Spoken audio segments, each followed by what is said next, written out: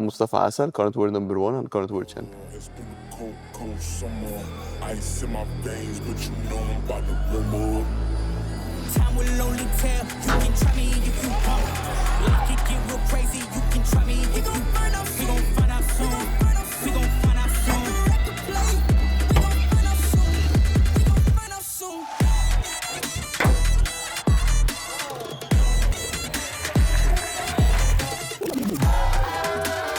The raging bull from Egypt, Mostafa Asal. All the naysayers be gone and be doomed. All this young man is doing right here is playing absolutely amazing squash and changing the game of squash as we know it.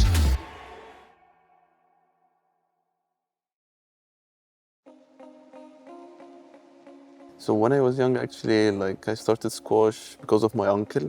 I used to play football.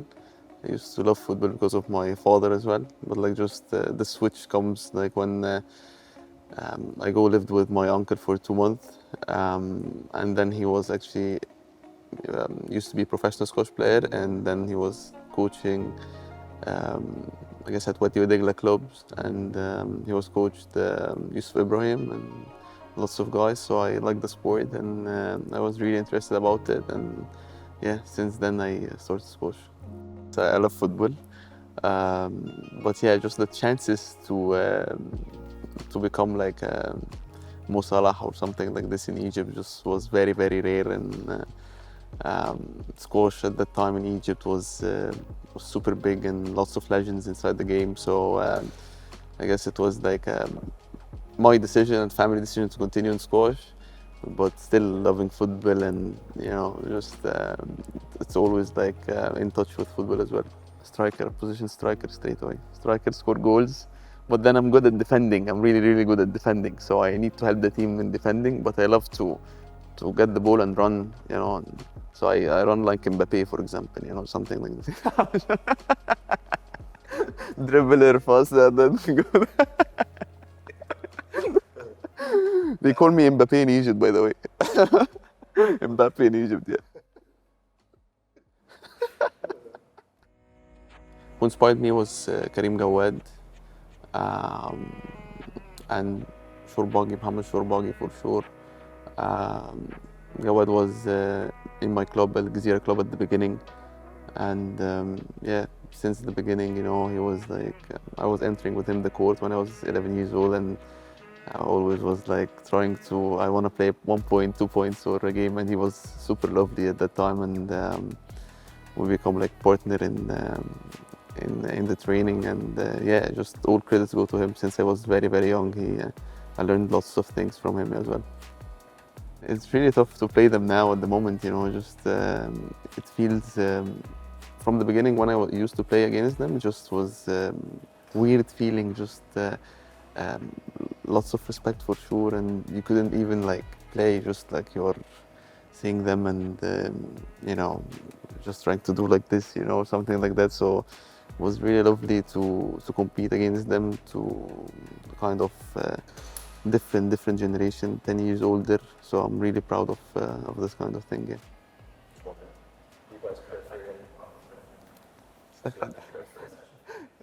بعد 25 خلاص. حبيبي ايه الكلام حبيبي قول له نعم ايه ماتشك كام النهارده؟ ايه؟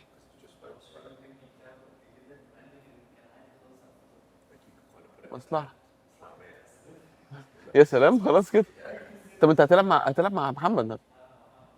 اه جود لك يا بيه ان شاء الله. اه ها؟ اه انت الراجل؟ ماشي ماشي ماشي. Yeah. You just say Paul, yeah, everyone is struggling at the moment. I'm really, really close to my family, just you know, and as well my father and my mother. And my father is just like, it's a kind of a relationship that it's just not a father, you know, just a best friend, you know, and just we talk about everything, and I couldn't hide about him anything, just anything. So even if it's bad, if it's good, like just like I'm saying it to my father, and we're having a really good relationship, powerful relationship. We have been in lots of tough situations, and we have really in good situations. So he's a mentor for me as well, and always pushing me to be the best person I can be, you know. And yeah, his mental toughness and everything is quite rare to find. So yeah, and also my mother for sure, because like I would be in trouble if I didn't say anything. So yeah, she had. Yeah, we had lots of great moments together, and yeah, I'm thankful for everything they have done to me. In my spare time, yeah, FIFA all the time, most of the time. I'm actually playing FIFA a lot, like Ultimate Team, and yeah, just you know, having fun, you know, and when I'm doing this, seeing my friends always. But like all my friends are related also to football, so just like we play FIFA together, or we play online in our houses, just like yeah, and play football as well in the spare time. Yeah, play football 5-a-side always. So I play this like 3 days a week. But I guess now I'm not. I'll start thinking about not playing as well. But yeah, it's something fun to do. Yeah. My favorite meal is junk. I would go junk. I would say KFC in Egypt. Yeah, KFC in Egypt. Here comes a celebration. Is he eating a drumstick? Ronaldo just. Yeah, Ronaldo is the GOAT. Cristiano Ronaldo, yeah, for sure. Just the mental toughness and how he is putting a story, you know. To see him getting success at 40 years of age is something like he's absolutely legend. I would say the best achievements, the world champs. Just yeah, I would say before the world champs, I would say like getting back to world #1. In Octasia this year was really something special. My father was there, so just lots of emotional creeping in, and it was really lovely to get it back again, you know, after all of what happened in the past. And yeah, it's really was a really nice way. Yeah. The next goal, I don't know, to be honest. It's just like I'm match by match, tournament by tournament, and it comes, you know, at the end of the day. Sometimes you don't remember what you have achieved. For example, the World Championship, like after the World Championship, straight away to Palm Hills. After 2 days, I forgot about the World Championship. I forgot about everything. It's like, you know, you achieve and then you forgot. But the main thing is just to continue on your road, you know, and just like, for me, I don't have any goals, you know, just to be like healthy and, you know, injury free, and just everything gonna happen. So yeah, it was lots of controversial things for sure, and yeah, at the beginning was coming into my head. For sure, like at the beginning when I was coming up, there was lots of things that I need to change, and I wasn't realizing that as well. But then when I worked, you know, with James Woodstrop, and I went to Pontefract Club, I have changed lots of things in my mentality, that I wasn't believing in anything, or not believing, but just not realizing or knowing what, you know, I want to change inside the court. So then at a certain point, I wasn't listening to any noise happening.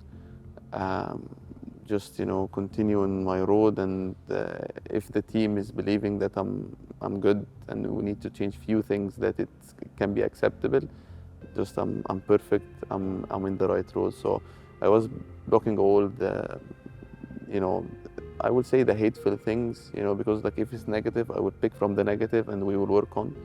But any player in any sport, we quite not see it in the squash actually, but like in other sports, like we will find like Ronaldo, for example, Messi getting like some of the, you know, some of the controversial things, that is not the best attitude. He's not like this, but they continue really on the road, and they continue the success, and they continue to write another chapter and another legacy. So yes, I'm not Ronaldo, not Messi, but like I'm just trying to learn from the other sports successful people, how they are, you know, adapting with this, and just not focusing about the kind of the controversial things, and try to pick the negatives, but just, you know, the team, believe with your team that there is negative, then just pick it up and work on it. And yeah, this is what I do.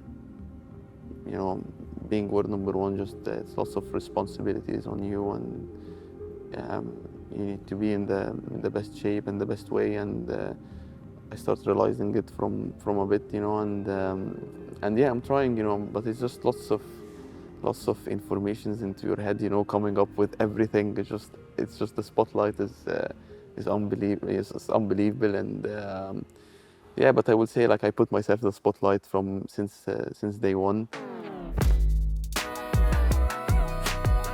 The end game of the celebration, I'm not sure, to be honest. It's every time, like, there is something new happening. Every time you're exciting, and then looking at the mirror before you go out and you're having a match, and then you're thinking about another one. And then it's something, you know, sometimes, like, it's you know, I'm doing it not in the right way. Some of the celebrations that I created in my mind, I'm not doing in the right way. So I say, no, stop. We need to do something a little bit simple. Yeah, I'm absolutely loving it, you know. And just after the match, nowadays it's just the C is working, so just like I'm continuing with it. But yeah, hopefully next season I will do something really weird.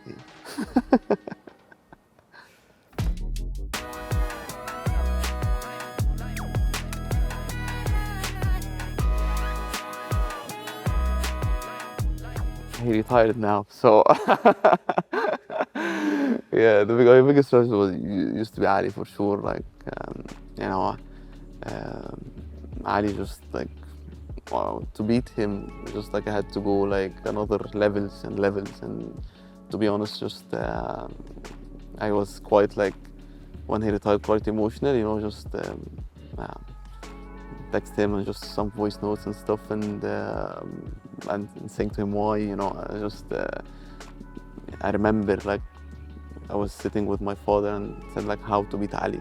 And then it was like, okay, like, now I had to work really hard. I had to put, like, level of fitness. Like, if it's 1, I had to be 3 or 4 level squash. If it's 1, 3 or 4. So yeah, I would say, you know, Ali was yeah, a really pleasure to be calling him as a rival for sure.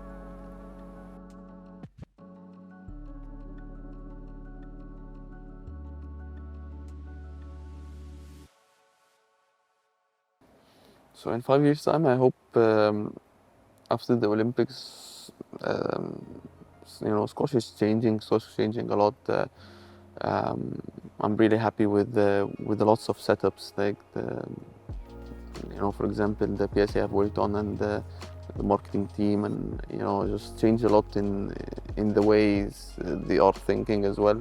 So every season you see lots of improvements, lots of things, and you know, lots of fans are engaging to squash. And hopefully after the Olympics, you know, we can see the sport in, you know, like tennis or something like this. You know, I would be really happy if this is gonna happen. You know, after the Olympics, lots of maybe sponsorships and lots of people gonna see the squash in the Olympics. You know, in LA. So hopefully, like, it's gonna be bigger and bigger, because squash, you know, it's a very intense sport. And yeah, and I would say that after the Olympics, everything gonna change with squash. Yeah. I'm not sure if I'm gonna continue to. No, I'm just like, hopefully, like, we stay injury free, you know, and just like realizing that in a second you can be out, you know, just so yeah, you never know after 3 years what's gonna happen. So yeah, hopefully, like, I will make it, and that's it. So I would love at the end of the day, like, to be remembered about, like, changing the squash in a way, getting the excitement for the kids. And I can see this, you know, the excitement of the kids, you know, in their eyes, you know, when they are seeing me play, or just this generation, like, I have worked on, you know, to let them inspire and get inspired by squash, you know, and just the celebration, all of this kind of stuff, they love it, you know. And I can see in their eyes, you know, the excitement when I play, excitement when I'm there in any tournament. So I would, yeah, I would love to be remembered for the, you know, especially the young kids, and they are going you know, up and seeing a new thing in squash, or just new kind of fun and action at the same point. So I would love to be that. Yeah.